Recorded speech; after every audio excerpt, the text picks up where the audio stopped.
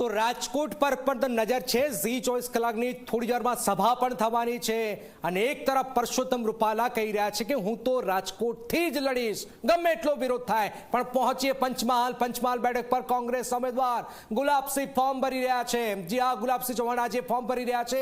વિજય મુહૂર્તમાં ઉમેદવારી નોંધાવશે। ઉમેદવારી ફોર્મ ભરતા પહેલા ગુલાબસિંહે પૂજા અર્ચના કરી છે। ગુલાબસિંહ ચૌહાણ સાથે ઝી 24 કલાકે ખાસ વાતચીત પણ કરી હતી।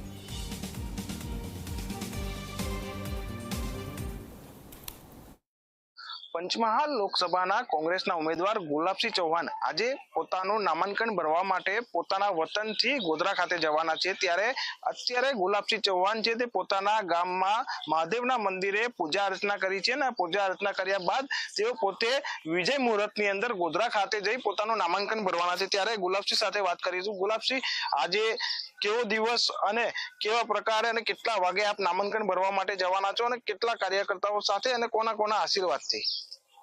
આજે 18 પંચમહાલ લોકસભાના કોંગ્રેસના ઉમેદવાર તરીકે મારું નામાંકન કરવાનું હોય સવારમાં આજે અમારી પુત્ર દેવી વેરાઈ માતા તથા સોમનાથ મહાદેવના આશીર્વાદ લઈ આજે સવારના 9 વાગે મારા ઘરેથી નીકળી મારા ઠેકેદારો સાથે ગોધરા ખાતે નામાંકન કરવા જવાનો છું।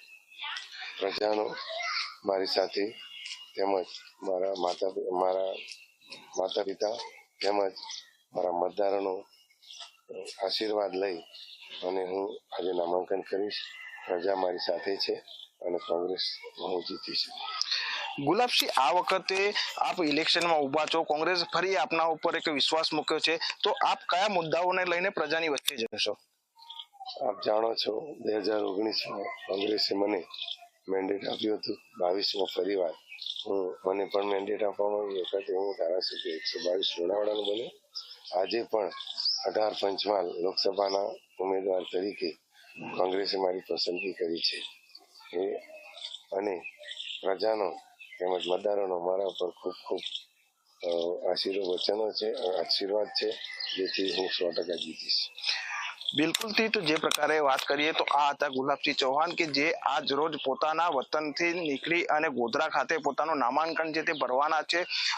કહી શકાય કે જે વિજય મુહૂર્ત છે જે 10 વાગ્યાથી લઈને 1:30 વાગ્યાની અંદર ગોધરા ખાતે જે વિજય મુહૂર્તની અંદર છે પોતાનું નામાંકન ભરશે અને સાથે સાથે કાર્યકર્તાઓ સહિત જે માતા પિતાના આશીર્વાદ છે તે પણ ક્યાંક ને ક્યાંક અહીં ગુલાબસિંહ ચૌહાણે લીધા છે અને આશીર્વાદ લઈ અને પોતાના મતદારો સાથે હાલ ગોધરા ખાતે જવાના માટે રવાના થયા છે।